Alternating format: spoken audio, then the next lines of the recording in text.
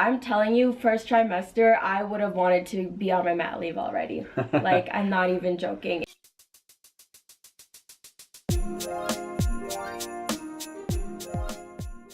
Hey guys, welcome back to our channel. If you are new, make sure you subscribe.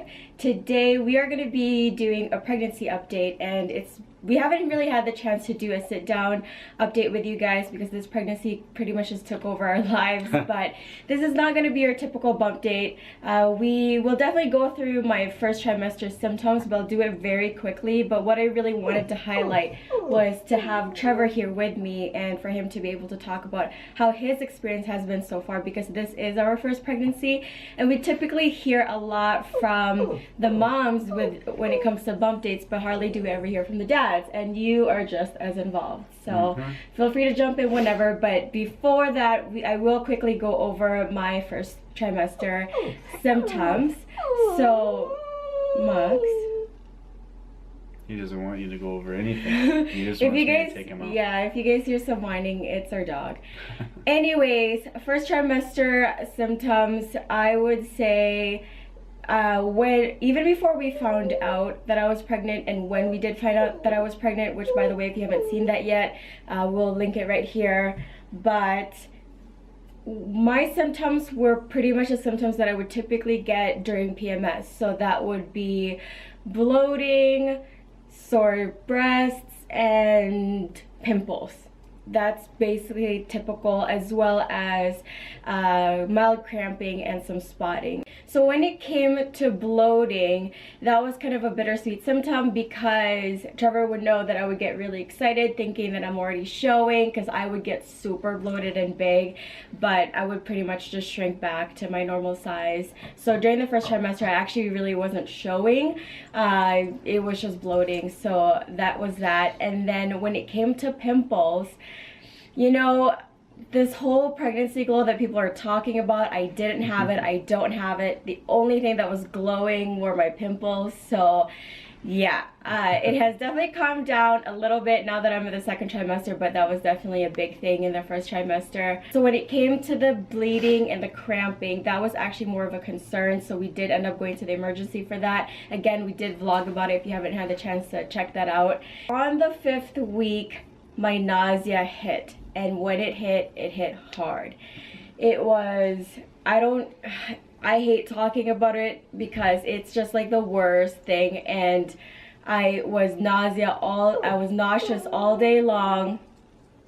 And you know, my sense of smell was definitely heightened, and I don't need to smell anything bad for me to kind of react to it. It could be any scent and my nausea would be aggravated. But you know, I couldn't be in the kitchen. I couldn't really be around food. Even just opening the fridge. I was gonna say, yeah, like opening the fridge, guaranteed. If I don't puke, I will at least gag. Yeah. Yeah. Headaches. I mean, headaches I got every now and then. You know, nothing really that was consistent, but I did get them. I don't know if fatigue was really a symptom that I had, but I mean, when you're vomiting so much for weeks straight, I mean, obviously your energy is just low because you're not getting any nutrients in you, or at least you're not keeping it in. But I can't really say that fatigue in itself was a symptom, like by itself, you know what I mean? I think that's about it, really. Just you were not feeling good, like on the regular. I did end up taking diclectin, which is a pill that you can take to help with the nausea. So it did help, but I can't really say it made the nausea go away completely, and it's still the same thing right now, but it helped. And I think the biggest struggle that Trevor had with my nausea would be for me to be able to eat good food, because most foods I couldn't eat, and I felt really bad because he did a lot of home cooked meals and healthy foods and all of that, but it was just really hard for me to even want to eat it, and then next to keep it down. But it was a struggle, and that's actually what made me get on to the pill. I was actually avoiding to be on the pill for whatever reason. I was like, I'm gonna go all natural and I can do this. But it was too hard, and my doctor was like, okay, you gotta consider it because your first trimester is very crucial, your baby needs the nutrients, and you're pretty much not giving the baby that. And I was like, okay. Yeah, well, what he was saying was, you know, when he was asking how your morning sickness was, he's like, are you just nauseous or are you vomiting? Yeah. Right? Because he said being nauseous is one thing, and that's just more like a feeling. As much as it sucks very much. Yeah, true. But in comparison to vomiting, because he says when you vomit, you get rid of all the food or nutrients you ate, plus you throw up fluid, so then you're dehydrated. Yeah. So you were kind of doing a mixture of both, right? So I think that's why she decided to go on diclexin or whatever, because, you know, we want to keep the vomiting to a minimum. And I can't tell you guys how many times I would, you know, get ready for work and I'm like gagging or vomiting as I'm getting ready for work, and then I eat my breakfast, you know, as much as I can keep down, and just before I step out of the house I vomit everything, and I go to work with an empty stomach, feeling queasy. It's not like I can, you know, eat right away when I get to work because my stomach needs some time to settle. Plus, you're there to work.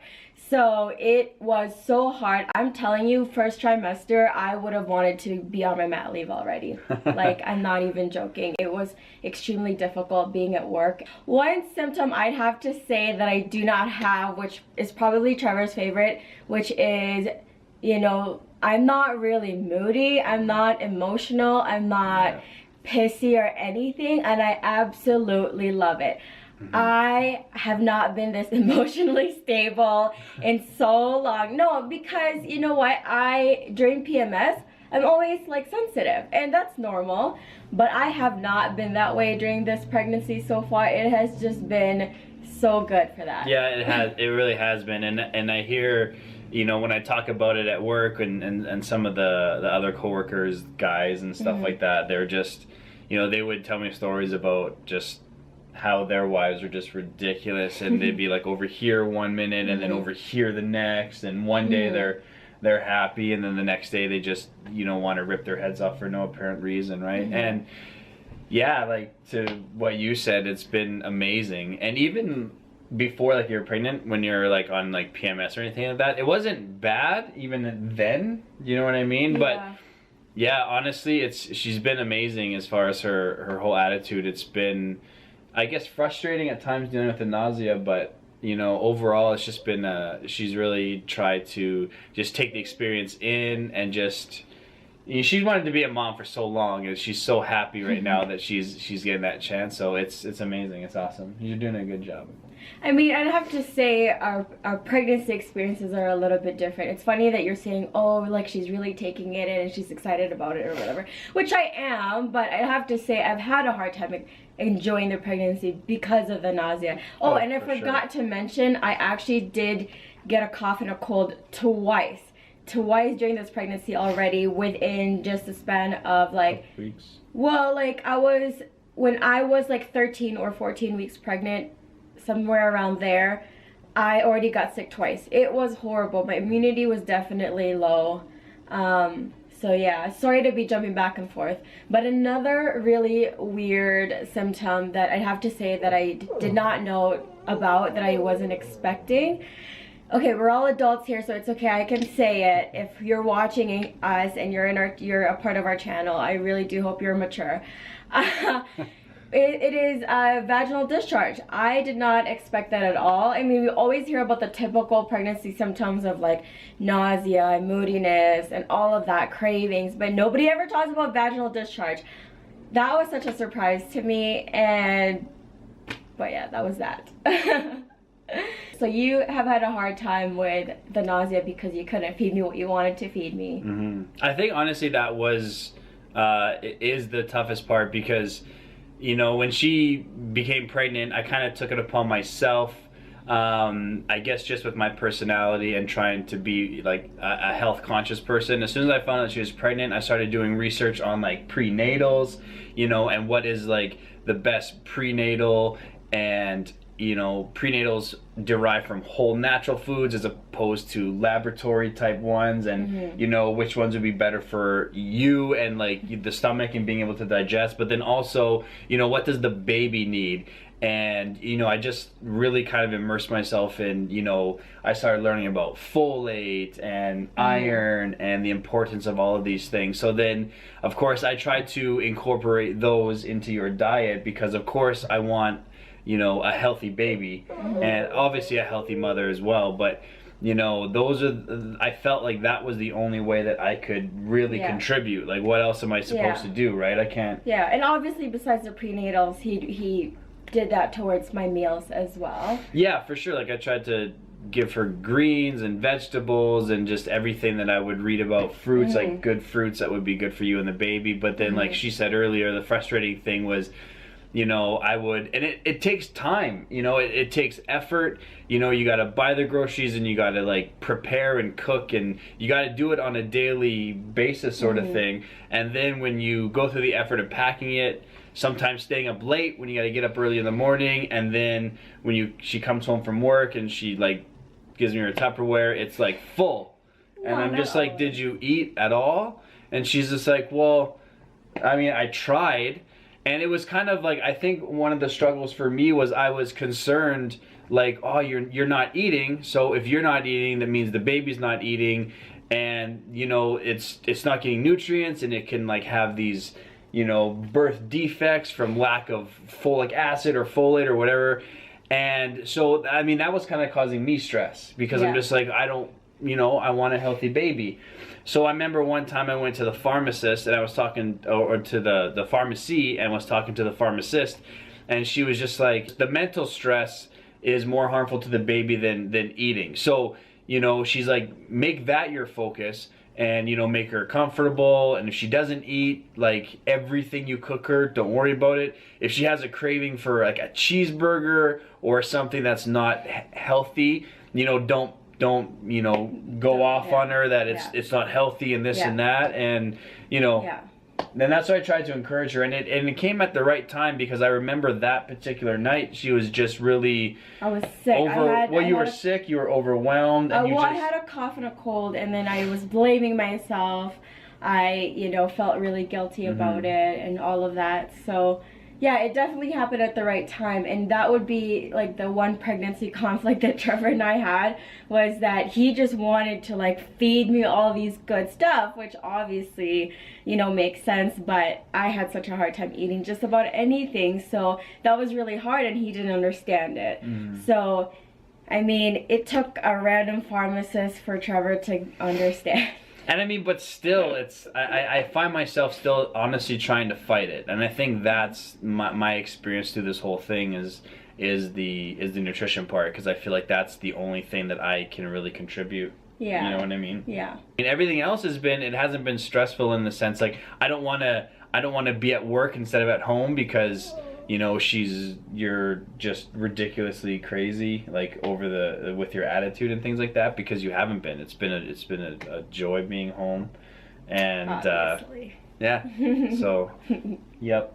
Oh, one thing that Trevor's forgetting about, when we found out that we were pregnant, he actually started like a daddy pregnancy journal. Yeah. So I don't know if you really want to get into that right now. We can always talk about it another time. If you guys are interested, make sure you let us know. Maybe we'll do a separate video, and maybe we'll share a couple of the entries that Trevor has in that pregnancy journal. So it's really cool. He came up with the idea on his own. Alright, so we will definitely be showing you guys a bump shot. So like I did mention, during my first trimester, I was just bloated.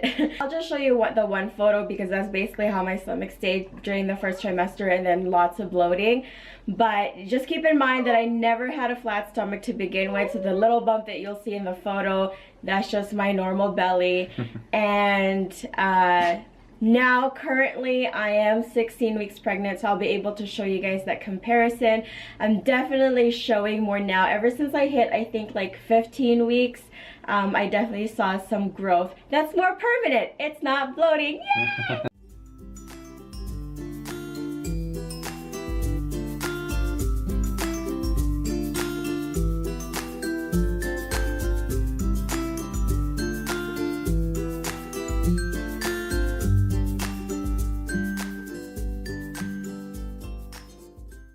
For watching. Don't forget to thumbs up the video, comment if there's any questions that you want to ask Kian or myself, and we will see you guys next time.